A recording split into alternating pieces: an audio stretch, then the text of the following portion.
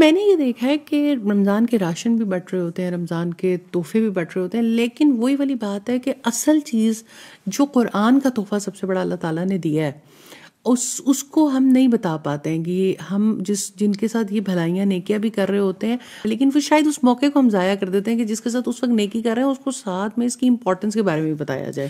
No doubt یہ بہت صحیح بات ہے جو آپ نے کہی, لیکن میں دونوں کے حوالے سے خاص بات کرنا چاہتی ہوں. مثال کے طور پر جیسے رمضان کا راشن ہے, میں نے دیکھا ہے کہ میں نے اتنی جگہوں پر اسے ایکسپیرینس کیا کہ موسٹلی رمضان کا راشن کرسچنس کو چلا جاتا ہے. جی بہت.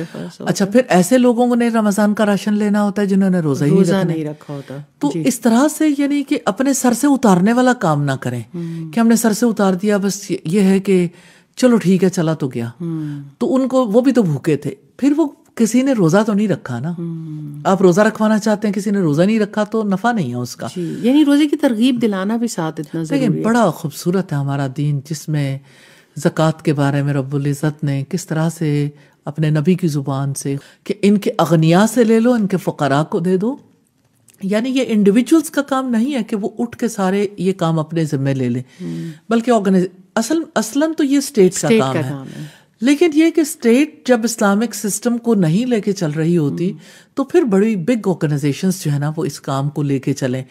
ہاں, لیکن بڑوں کو, بچوں کو اپنے تئیں جو کر سکتے ہیں وہ کرنا ضرور چاہیے, لیکن اس طرح کے کام جو ہیں یہ آرگنائزیشنز کے تھرو کروانے چاہیے تاکہ وہ کھوج لگائیں اور ان تک پہنچائیں جو واقعی حقدار ہیں. میں نے دیکھا ہے کہ بڑے دسترخوان بھی لگتے ہیں, اور یعنی رمضان کے علاوہ بھی اور رمضان میں بھی افطار کرنے کے لیے وہ لوگ بیٹھے ہوتے ہیں جنہوں نے روزہ ہی نہیں رکھا ہوتا. یا افطار کے بعد نماز کا بندوبست بھی نہیں ہوتا کہ جہاں پر ہم انہیں تھوڑا سا, یعنی ایون گھروں میں بھی. جی بالکل, جہاں افطار پارٹیاں ہوتی ہیں وہاں پہ لوگ جو ہے نا مغرب کی نماز چھوڑ دیتے ہیں. اس دن کی تراویح بھی گئی, اس دن کی تراویح تو سب سے زیادہ چلی جاتی ہے. اور پھر یہ ہے کہ جیسے دوسری بات آپ نے کہی قرآن کے حوالے سے, تو قرآن کسی تک پہنچا بھی دے نا, جب تک آپ اس کو قرآن کی اہمیت کا احساس نہیں دلاتے اس کا وہ نفع نہیں ہوتا.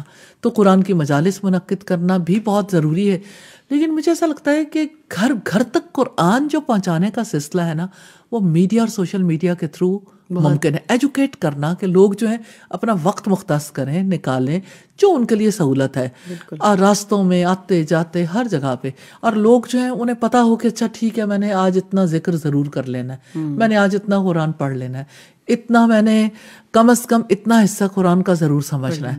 کسی نیکی کی مجلس میں جانا ہے, اور جو 5 وقت نماز کے لیے جاتے ہیں ان کے لیے تو اس سے بڑی اور کیا بات ہو سکتی. مساجد میں مرد تو جاتے ہیں, خواتین کو بھی سوچنا چاہیے کہ فرض نمازیں بھی ہیں, جہاں انہیں موقع ملے اس میں شرکت کر لیں, اور جب مسجد جائیں گے تو پتہ چلے گا کہ عبادت گاہ میں ہمارا کتنا حق ہے. بالکل. تو ویسے تو ہیومن رائٹس کی بات ہوتی ہے, اس کی اویئرنیس میں آپ ہمیشہ ہر پلیٹ فارم پہ اٹھاتی ہیں. استاد بہت ہی اچھا لگ رہا ہے, اور انشاءاللہ ہم آنے والے اگلے بہت سے دنوں میں اسی پوڈ کاسٹ میں آپ سے اور بہت ساری چیزیں سیکھیں گے, اور رمضان آنے سے پہلے انشاءاللہ, کیونکہ ابھی چند دن باقی ہیں, تو انشاءاللہ مجھے امید ہے کہ ہم اپنے رمضان کو اور اچھا پلان کر سکیں گے. آج انشاءاللہ ہمیں وقت یہیں پر اس کو ختم کرنا ہوگا, اور آپ کا بہت شکریہ کہ آپ نے ایک دفعہ پھر وقت دیا, اور انشاءاللہ ہم بہت بہتر رمضان گزاریں گے اس سال. اللہ تعالیٰ نے جو ہمیں زندگی میں موقع دیا, اللہ تعالیٰ ہمیں اس سے فائدہ اٹھانے کی توفیق دے. بہت شکریہ جی. انشاءاللہ نیکسٹ رمضان پوڈ کاسٹ میں بہت ساری اور گفتگو کریں گے, اور انشاءاللہ اس سے فائدہ بھی اٹھائیں گے. جزاک اللہ خیر.